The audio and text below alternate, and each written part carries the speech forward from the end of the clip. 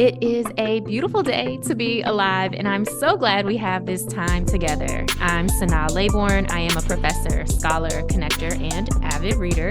I've always loved learning about what's happening in our social world and sharing that knowledge, especially over a good cup of coffee. And so here we are. Each week on Let's Grab Coffee, I catch up with experts from across the country who are investigating our most pressing social issues and common curiosities. Over the next hour, you'll learn about their inspirations, motivations, and of course, what they know about the world around us. Go ahead and grab that cup of coffee and get ready for an engaging and insightful conversation. Child welfare services, including adoption and foster care, are often framed around the, quote, best interest of the child.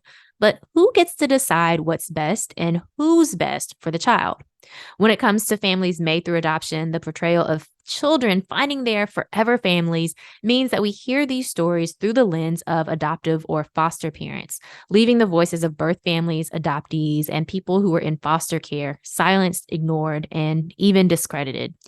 In We Were Once a Family, a story of love, death, and child removal in America, Roxanna Asgarian challenges some of the assumptions around child welfare and adoption. She centers the birth families whose children were murdered by their adoptive parents in a highly publicized 2018 murder-suicide, and it's through her investigative journalism that she exposes the harms baked into the child welfare system. Roxanna was a law and courts reporter for the Texas Tribune. Previously, she covered the child welfare and criminal justice systems as an independent reporter in Houston. She received her bachelor's degree in journalism from the University of Texas at Austin and her master's degree from the Craig Newmark School of Journalism at the City University of New York. She joins us today. Hi, Roxanna. Thanks so much for joining us. Hey, thank you for having me.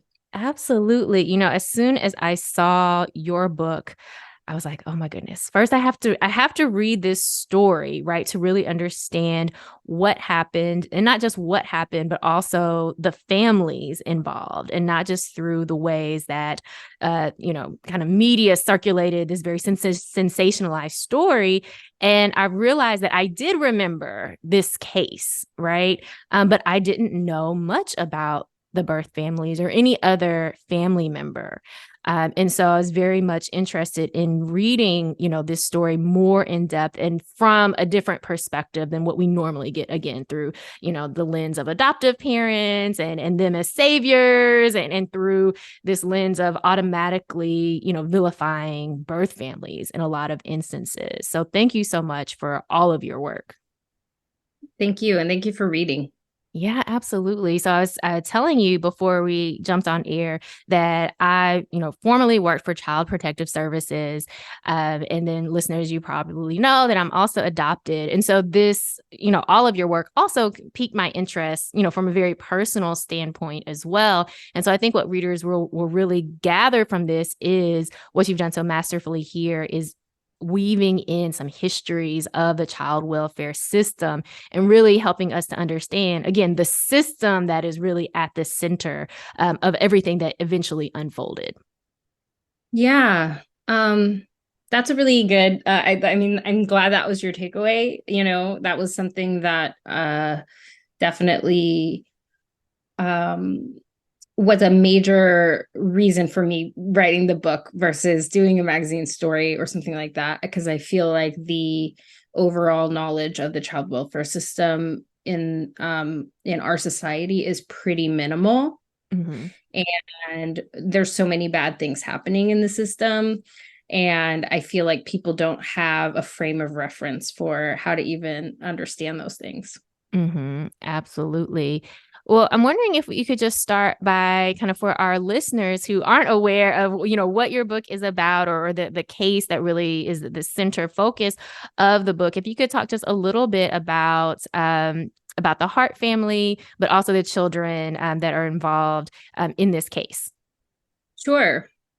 So in March 2018, a family was found at the bottom of a cliff in California. And it turns out that it was two white women, a married couple, and their six Black adoptive children.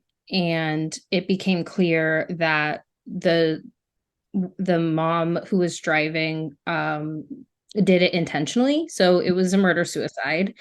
And the family was fairly well known in the Portland area. And one of the kids had actually gone viral in a photo of him hugging a white cop at a protest for the Black Lives Matter movement. So it immediately got a lot of attention. As you can imagine, it was extremely tragic.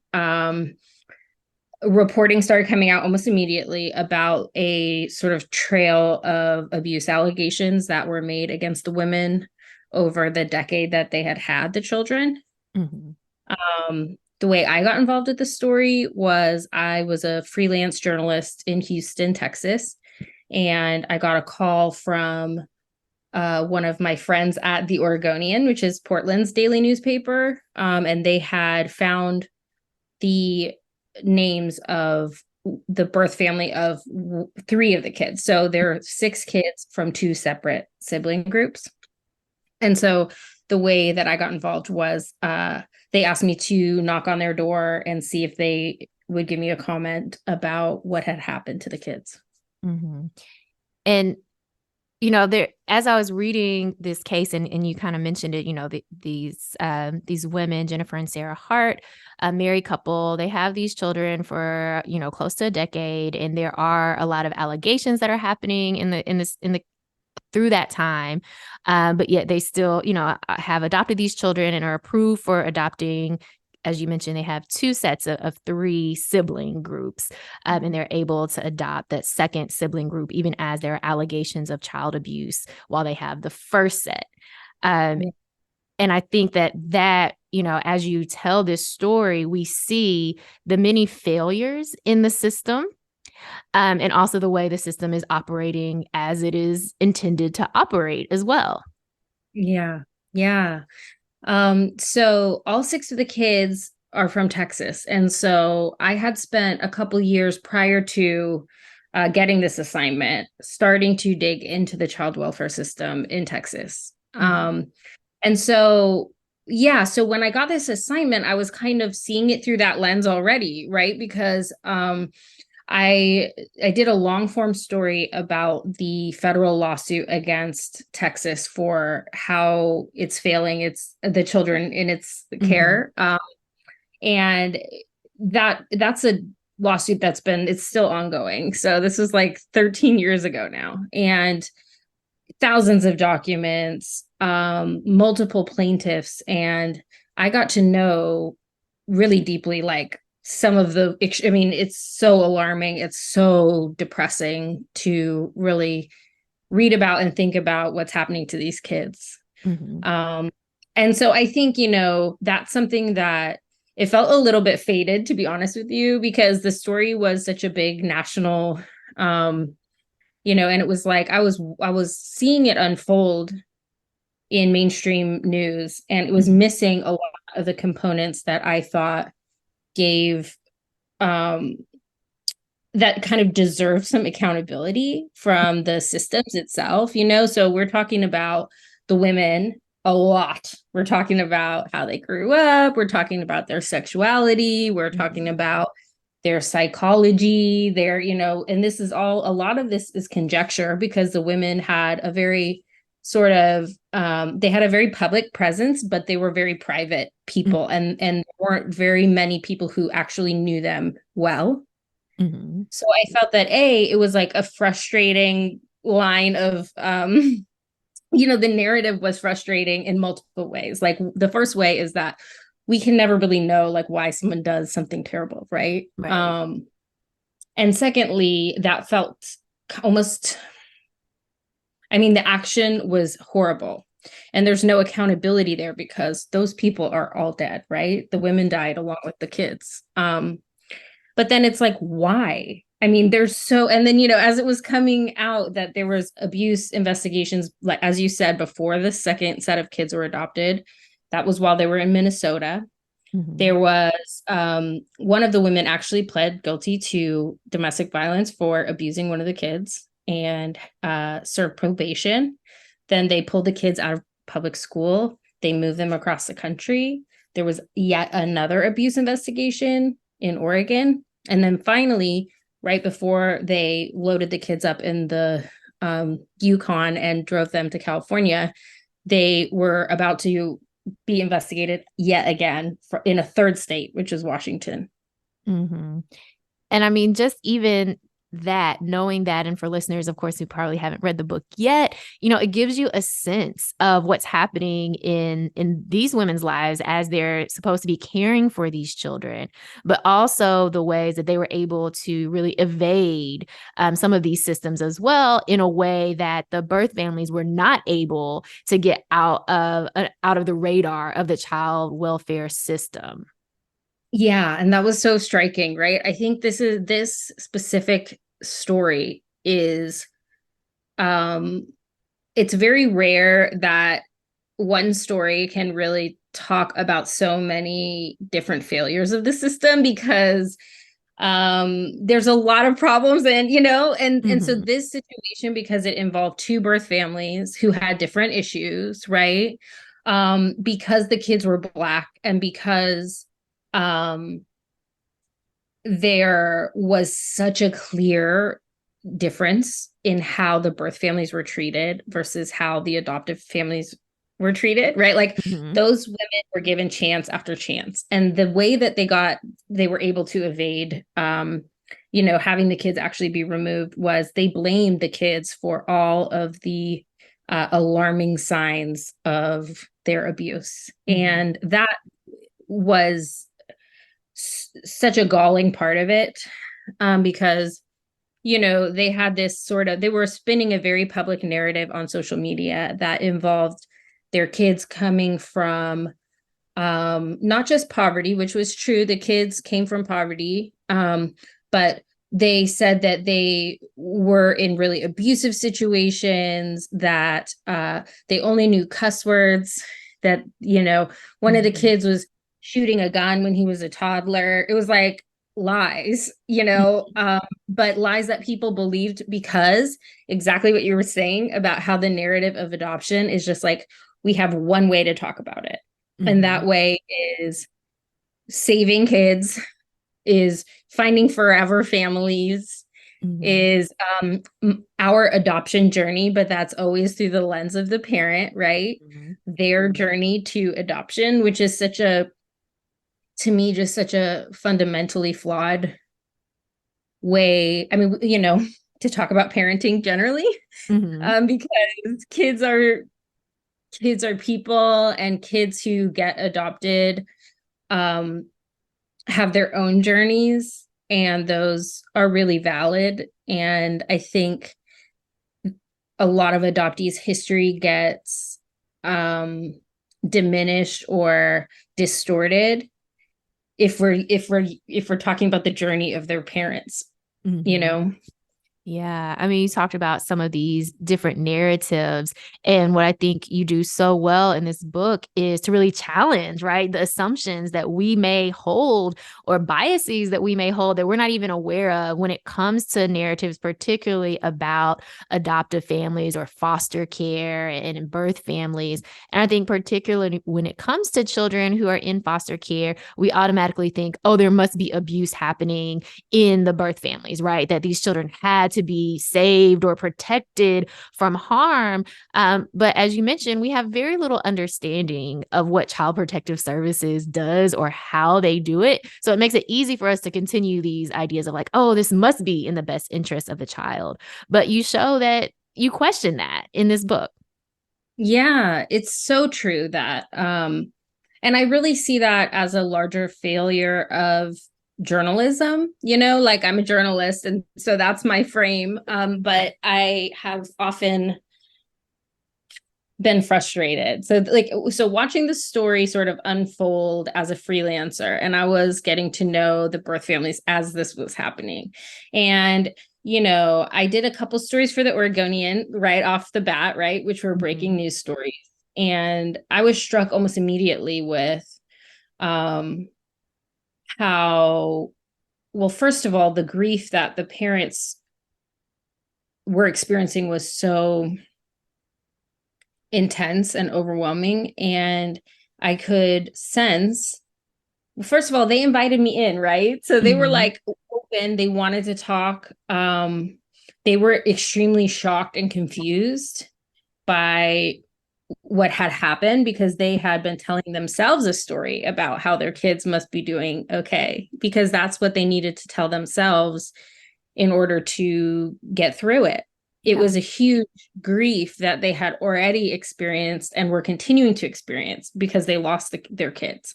And so to find out, it was like a double grief. It was the grief of finding out that their kids had been brutally murdered, and the grief of understanding that they had experienced a lot of abuse while, after they had lost them. Yeah. I mean, you talk about in the book how, birth mothers in particular, because those are, the folks that you're talking to a lot in this book, they're still mothers, right? Even though their children aren't in their homes, they're still mothers, and they're still, actively grieving that loss daily. And what I thought was just so heartbreaking was the fact that birth families weren't even contacted. No one even told them what had happened.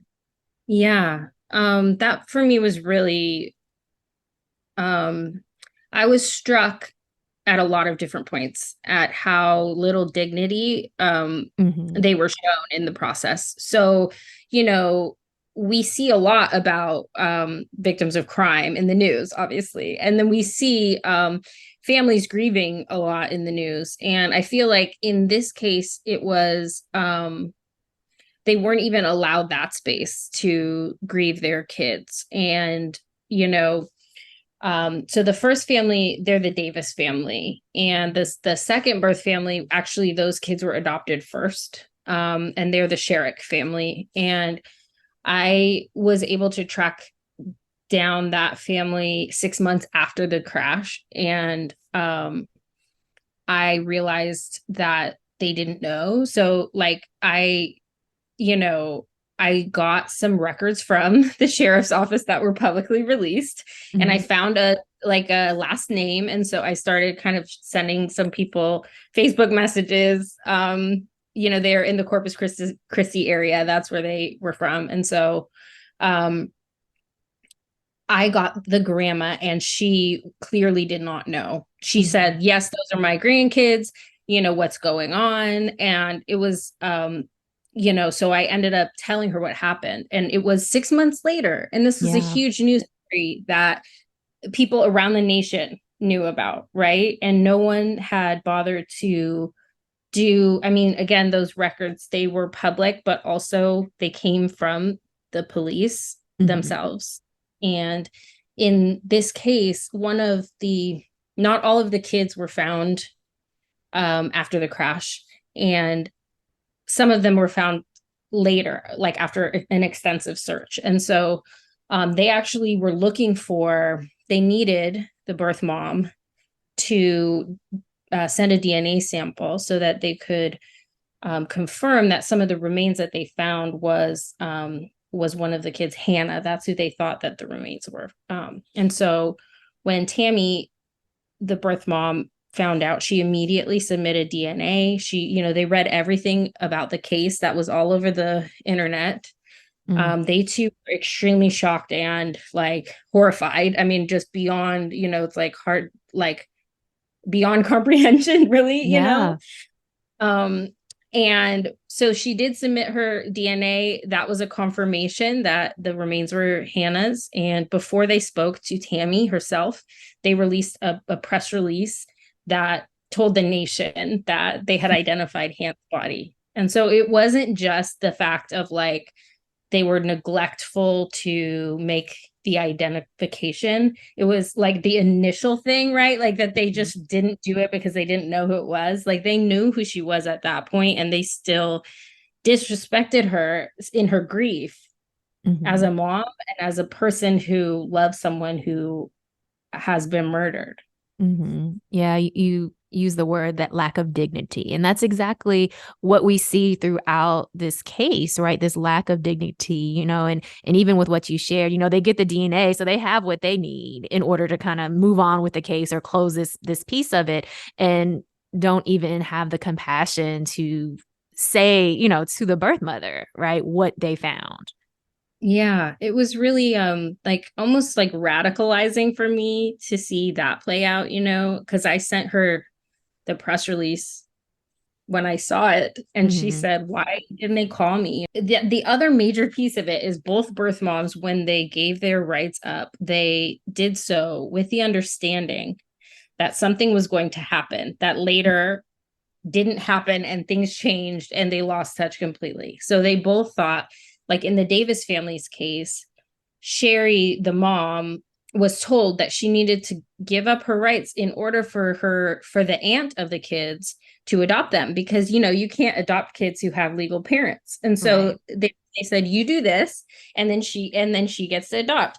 But 2 weeks shy of the 6 months that you need to be in, that the pre-adoptive home, you need to have the kids there for 6 months before you can complete an adoption. 2 weeks shy of that, the aunt had to work and couldn't find childcare and asked the mom to watch the kids, and the caseworker stopped by, saw the mom there because her rights were terminated. She wasn't allowed to be there, Mm-hmm. and they removed the kids immediately, and that was it for that family. Mm. And I think, again, there are so many things we don't understand about the child welfare system, particularly when child protective services is involved. Not just us as maybe outsiders, but also folks who are going through the system, right? You're in a state where you're concerned about what's going to happen to your children. Someone is telling you, okay, well, the best case scenario is for you to terminate these rights, and then they'll be able to go with, a family member.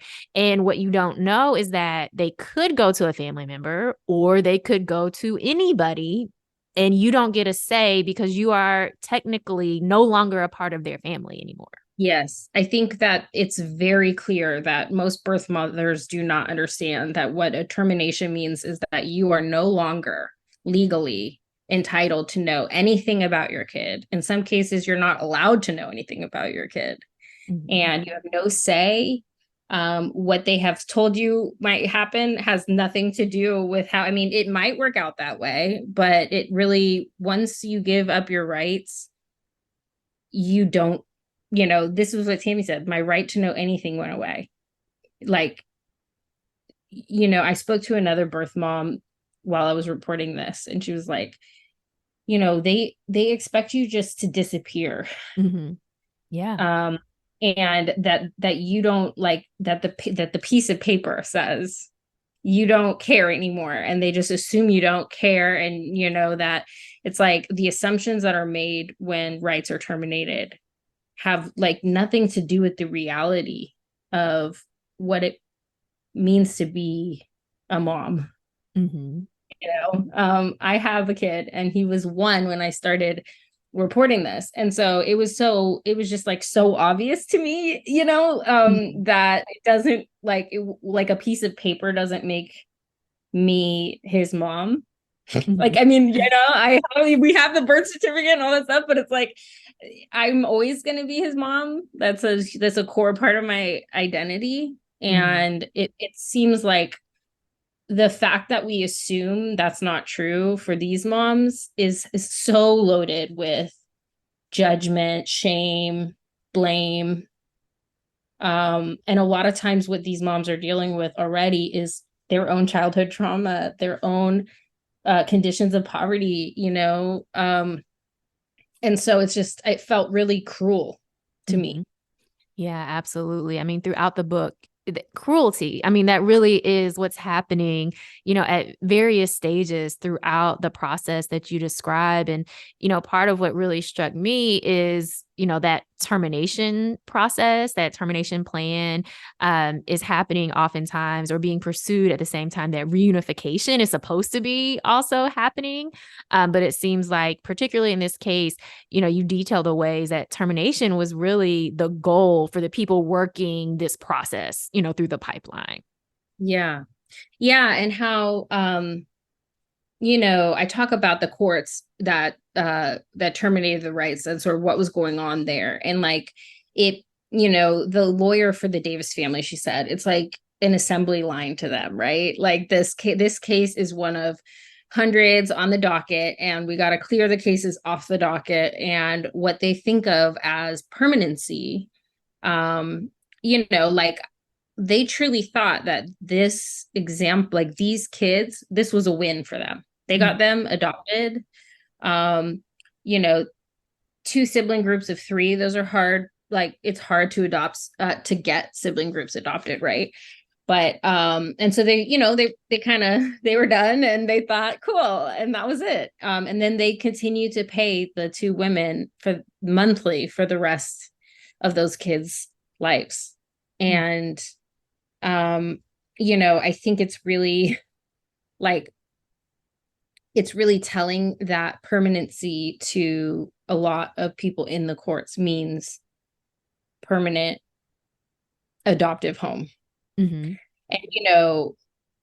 there was the Davis kids, they had an older brother that didn't get adopted, and I felt like they kind of casted him off, right? So it's like it was a win for them in so far as they kind of checked a box. It worked towards their sort of, they get, states get money for like beating their adoption goals, essentially. But there was a kid left behind, and that kid was dying to be reunited with his siblings. He never really understood why they were separated. He was the oldest and he was acting out, and they just labeled him a problem kid from age 10. And his experience, I was so glad to include in the book, because it's actually, he survived. He's, which his siblings didn't, but he experienced such lasting harm, and his tragedy is far more common in the system. Yeah. I want to go back to what you said about the courts, because I thought that chapter where you're describing Texas and that specific court system, it was so infuriating to read that chapter, and to think about the way those judges and the different folks, in the system really were. It was about, meeting a quota or, clearing off your dockets, meeting these different standards and getting paid kind of considerably to do so.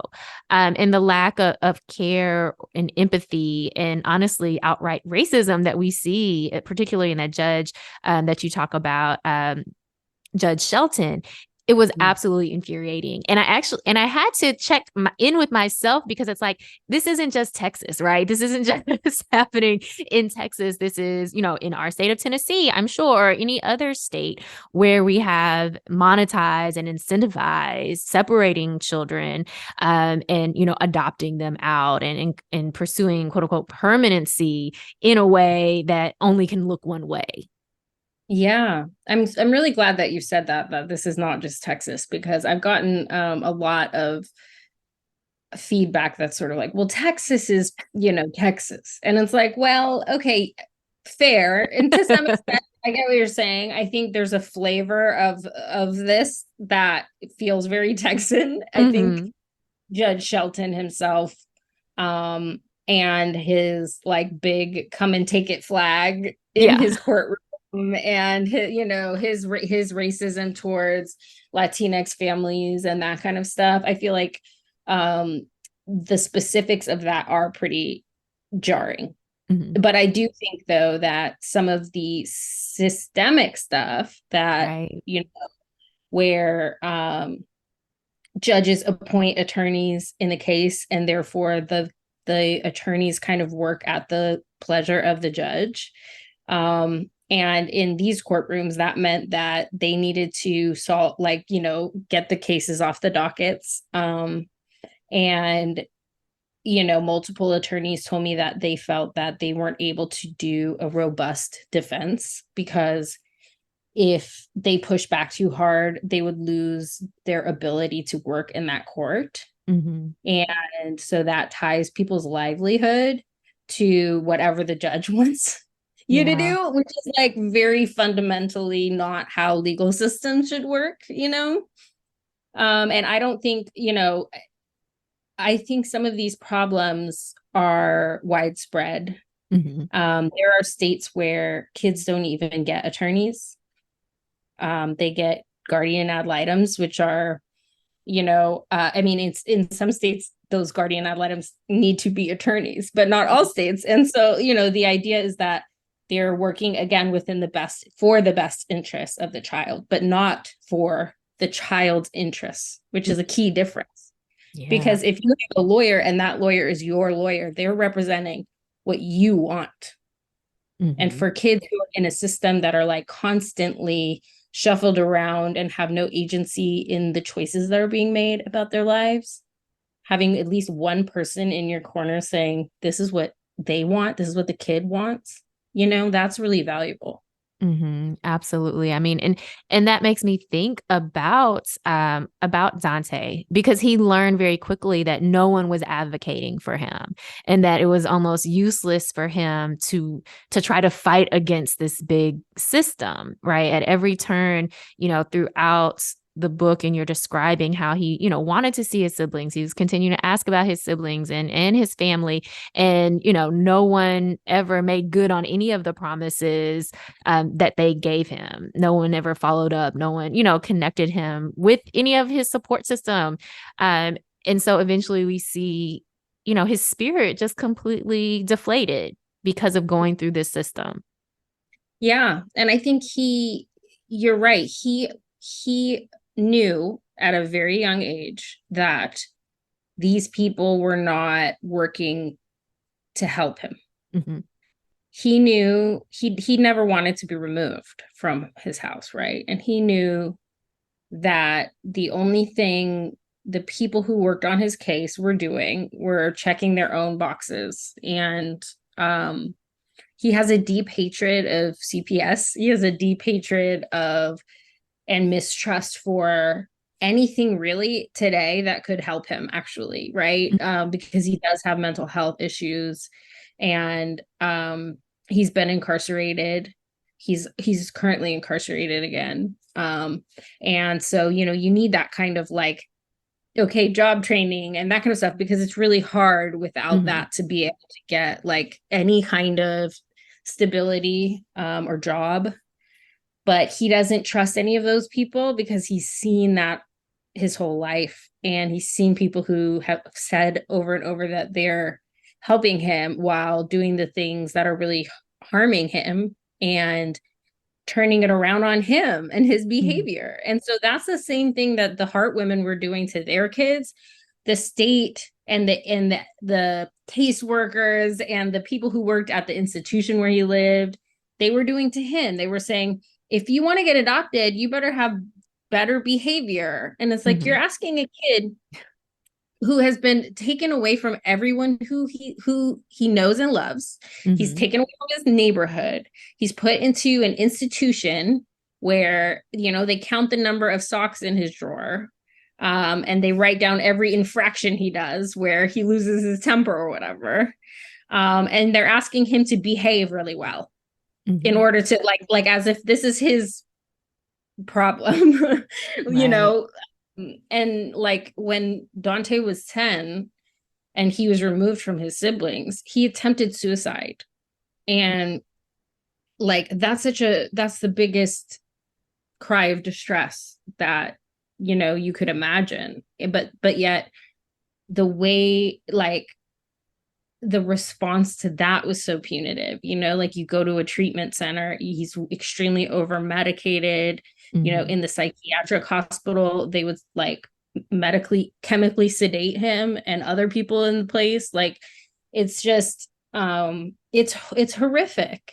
And so, seeing how he is as an adult, it was really hard because, he didn't trust me. Like, it took a long time, to build trust with him. And I still feel this way, kind of like I have to start from scratch. Like, we don't talk for a few months, and then it's like, he's like, oh, I didn't think you'd be like, what are you doing here? Didn't you get your thing that you needed? Like, that's how he assumes that everybody is. Yeah. And I mean, that's, what he learned, right? He has all this data, right, from his own life that shows him, that Yeah, this he's not is, wrong. I yeah. mean, he's not wrong. It's like it's hard and sad to think of the way that he sees things and relationships as very transactional and stuff like that. But like, he was not wrong that they didn't have his best interest in mind. They didn't. They clearly didn't. And, you know, they harmed him in a way that was really lasting. And, you know, ultimately he had a kid. I got to know that kid. That kid also got removed by CPS. And so we're seeing, like, again, another very common thing that happens where people who have system experience have children who end up in the system. Mm-hmm. Yeah, I mean, that was also so heartbreaking. You know, you share that in the book about his own child and them going through, him and his family going through again the system. What really struck me throughout the book was how quickly the Hart family was able to adopt in relation to how long the system took to make any movement that would have favored the birth family and favored that permanency. Yeah, and the ways that they come up with to not like favor the birth family, even when they do check every single box and jump through every single hoop, right? Because ultimately, an aunt of Ye, who's Dante's son, was approved, got their home study approved. And this is hard to do, especially like in neighborhoods of high poverty, because like any criminal history, Mm-hmm. um, even if it's like weed, you know, like minor stuff is like disqualifying. The condition of the home can be disqualifying. And so that means like, oh, you don't have an extra bedroom. Mm-hmm. So, you know, so like the aunt got approved for her home study and they still said no. Yeah. They said, well, she can have the baby, the, you know, Dante's second son, but she can't have Ye, who's already in a pre-adoptive home. Like, he has different needs that are different than, you know. It's so frustrating to read, and to know that this is the reality of whatever state we are living in, right? This is the welfare system at work. Maybe it's not exactly the same flavor as Texas, right? But it's the same system, right? It is a system and it is operating in this way, regardless of what state we live in or what it might look like in our specific county. And you know, for me, having worked previously with child protective services, you know, I was thinking, oh, I can help children and families. But I quickly learned that we're not helping children and families, right? We're doing a lot of paperwork. We're, you know, following these guidelines, but we don't have the resources to actually really help families stay together. And I was like, I can't continue to perpetuate this system where families who are particularly in poverty are surveilled at a higher rate. So therefore, you know, that's who we're punishing, we're criminalizing. We don't have resources to actually materially change, you know, these families' lives. And it's often not the goal to keep families together, right? It is about removal. And if that is the goal, then that's what you're going to end up doing, is separating children and families. Yeah. I think that your experience of like having, you know, I think a lot of people get in, I mean, I would say most people go into, you know, working for the child welfare system because they want to help kids. And they often have some personal connection to, um, you know, understanding childhood, like, you know, the harms that childhood trauma can cause, right? Mhm. And I mean, that's how I got involved in this work too. Like, I could understand the sort of impulses of somebody like Dante because, you know, like I understood the coping mechanisms of kids who aren't getting their needs met, you know. Yeah. But it's so true that we have, you know, and this is also a public misconception that the child welfare system has supported, like, you know, they have quote unquote services, but those are services that the parent must complete and in order to do, right? So they're Mhm. like punitive minded services. Yeah. uh, for instance, like if you're struggling to keep the lights on at home and your kid gets there's a neglect investigation, and you're given a service plan, and part of that service plan is a parenting class. Are you in a good frame of mind in that moment to like get things out of a parenting class when your kid has been removed, when you're really, really, really stressed out? You're already struggling. You were already struggling financially ahead of that. And now you must be at a certain place at a certain time. And if you're 15 minutes late, they close the door and you get a mark on the thing, and, you get berated in court. Like, that's not, or, wouldn't it be really cool if like someone who was struggling to keep the lights on could get help, financial help to keep the lights on? Like, and what would be better for the kid? If we're talking about the best interest of the kid, the best interest of the kid is to have lights on in their home. Yes, for sure. It's also we have plenty of research that shows that it's also to be with their family. That's in the best interest of the child, is to stay with their family whenever possible. Yeah, absolutely. And with their community, if that's not possible. So in their extended family, with people that already know them and already love them and can already give them some stability and context in their lives. Yeah, I mean, when we think about ourselves as adults, and how important being in the communities that we understand, that we are cared for, where we have supports, right? We know that this is crucial to our own survival and thriving as adults. And then just think about how much more important that is for a child, right, who is still developing. And yet, we are committed to removing children from all the context and all the people that they know and that they love. One thing that I really appreciated about your book was how you do talk about transracial adoption as well, right? Because in this case is a transracial adoption. We have these two sets of Black children who are adopted by white women and then moved to like the whitest of white places ever. And yet you see in the case notes where their caseworker has said, oh, they're doing so good. They're culturally competent and and they're, connected to the Black community, in their neighborhood or in their town. And I'm reading this and I'm like, oh my God. Like, no. Like, they have a children's book on MLK. That was a piece that I was like, oh my God. But I mean, I think that's oh, go ahead. Well, I was gonna say, like, that's a really and I'm sure, like, I mean, I'm sure you can speak to this. Like, I think it's something that's almost hard to talk about because we have a long history again. So like, I do feel like there's a lot about this particular story that serves like as a basis to tell a much larger story about the system and how it came to be the way that it is. Because, again, if you just individualize every single story, and then you move on, you're not taking the lessons that we've actually like lived through and accumulated. And then you're still we're repeating the same thing over and over and over again.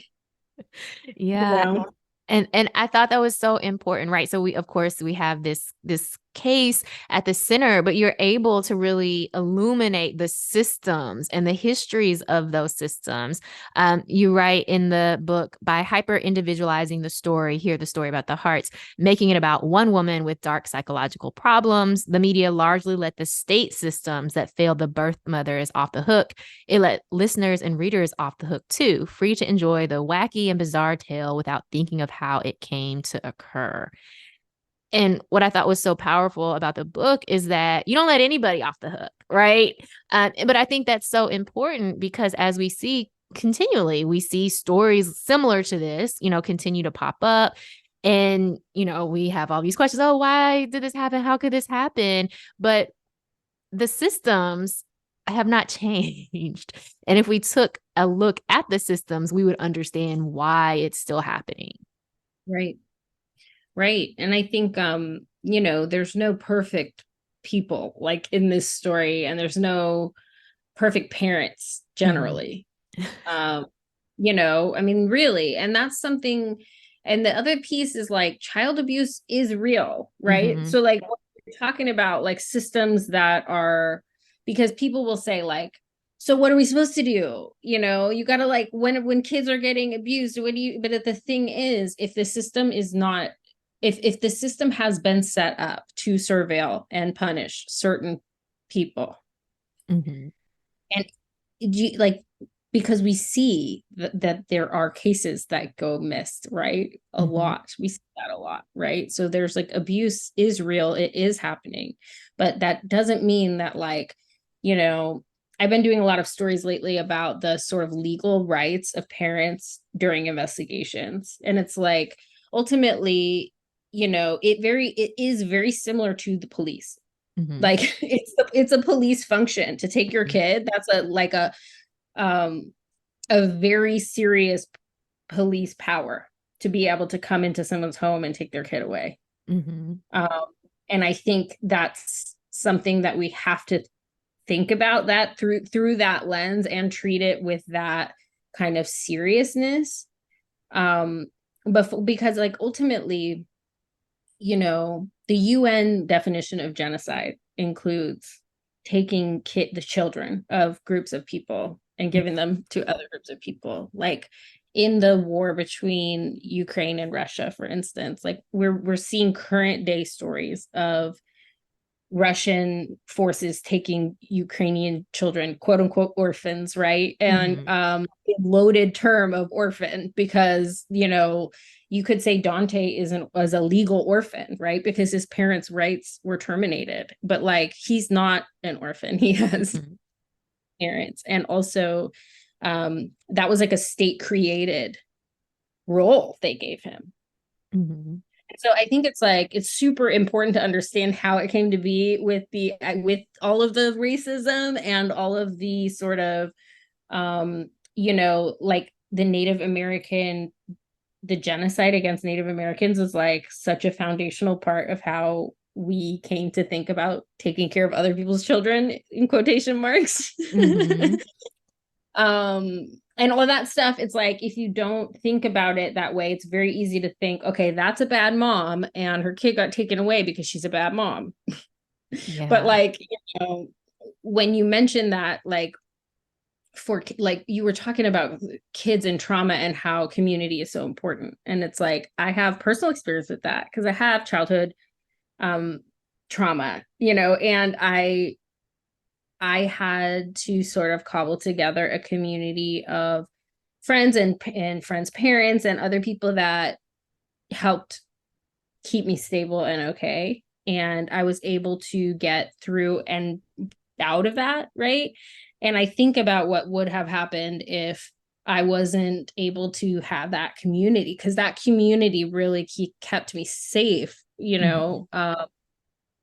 and like helped me build resiliency. And we talk about resiliency for children, but like you have to, the true resiliency comes with support. Like nobody should be dealing with it alone, and no kid should be dealing with this stuff alone either. Yeah, absolutely. I mean, I think this book gives us a moment to really question the narratives that we've come to accept about children and families, or child permanency and the child welfare system, but not just to question, our own beliefs, but also to think about, okay, what can we do to make some sort of change? Because we see what the results of this system have been over decades, right? So it is time to actually reconsider what can be done differently, and then how we can become a part of that process. Yeah. I think, the two key things I think is like, we are a deeply carceral society, right? Like we have a huge mass incarceration problem, right? And I think we have an urge to punish people that we learn from a very young age.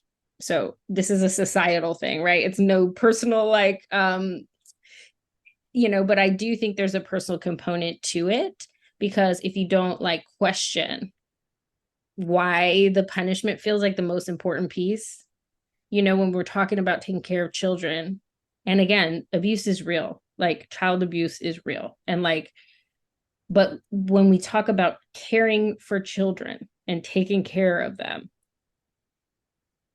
we have to talk about like, what if that conflicts with punishing their parents? Mm-hmm.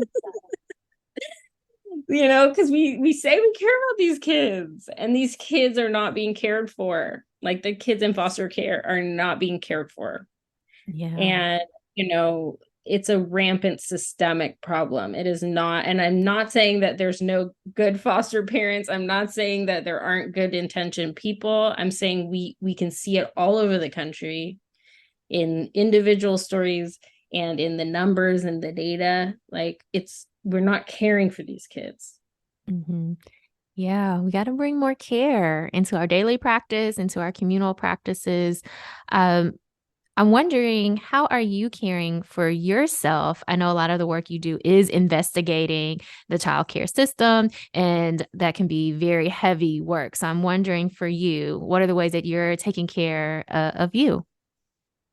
Yeah, that's a great question. I think it's looked different depending on the stage that I've been at in the process. Where I'm at right now with it, the book is done, but I'm taking a break on the sort of trauma heavy side of things. So I'm still writing about policy, and I'm still, doing that kind of stuff. But I've been trying to, because like I mentioned, I have my own personal trauma, history. And this was extremely traumatic. Like this story was really, really hard to tell.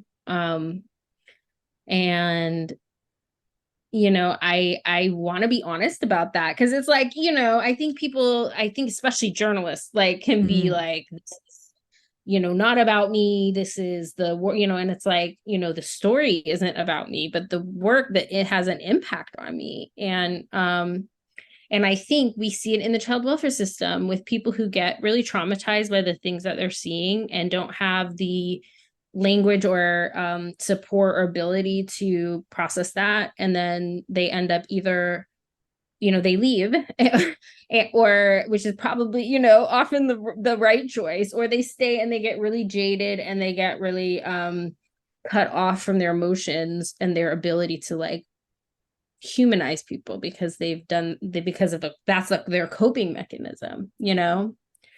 And so ultimately, like, that's a long way of saying I'm trying hard, there's the regular therapy, there's the everything that you do. And it's still like a process, because ultimately, if you aren't taking care of your own trauma, that will bleed into the work you do.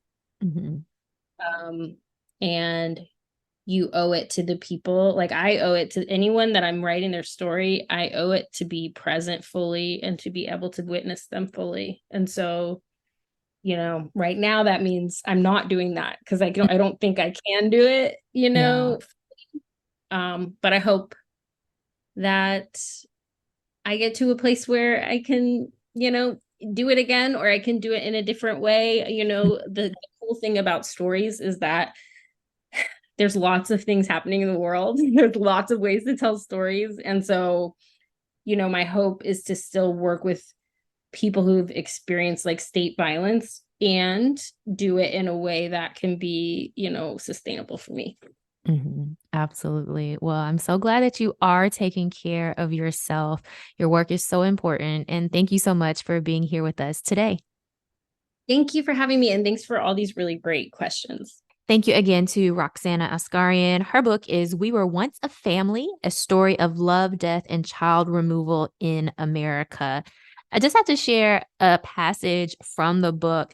And I think this really speaks to the importance of the book, but also to journalists as well. And it says, unlike many who'd investigated the Hart's story, I was not drawn in by Jennifer's and Sarah's psychological motivations. What motivated me most was to see and to share the parts of the story that had been made invisible. the real and complicated families these children came from, the children themselves, and the involvement of a system that directed the course of their short lives, a system that remained unaccountable for their deaths. I think this book is an absolute must read for anyone who is invested in our children, for anyone who truly wants to see the best interests of children served in our country. I was so moved by this book, and I know that you will be as well. Well, thank you so much for hanging out with me today. This has been Let's Grab Coffee on WYXR 91.7 FM. I'm here every Monday morning having really engaging and enlightening conversations with folks from across the country, and I hope you will join in on those conversations each and every week. Of course, if you missed any part of today's talk, or you just want to listen to some pieces again or send it to a friend, make sure that you're subscribed to Let's Grab Coffee in podcast format. And I can't wait to be back here with you again next week. Well, I just want to leave you with this reminder. Each and every day, you get to decide. Yes, you get to decide what type of day it's going to be and how you're going to show up in this world. Over time, it is those daily choices that create your life. So what type of life are you creating?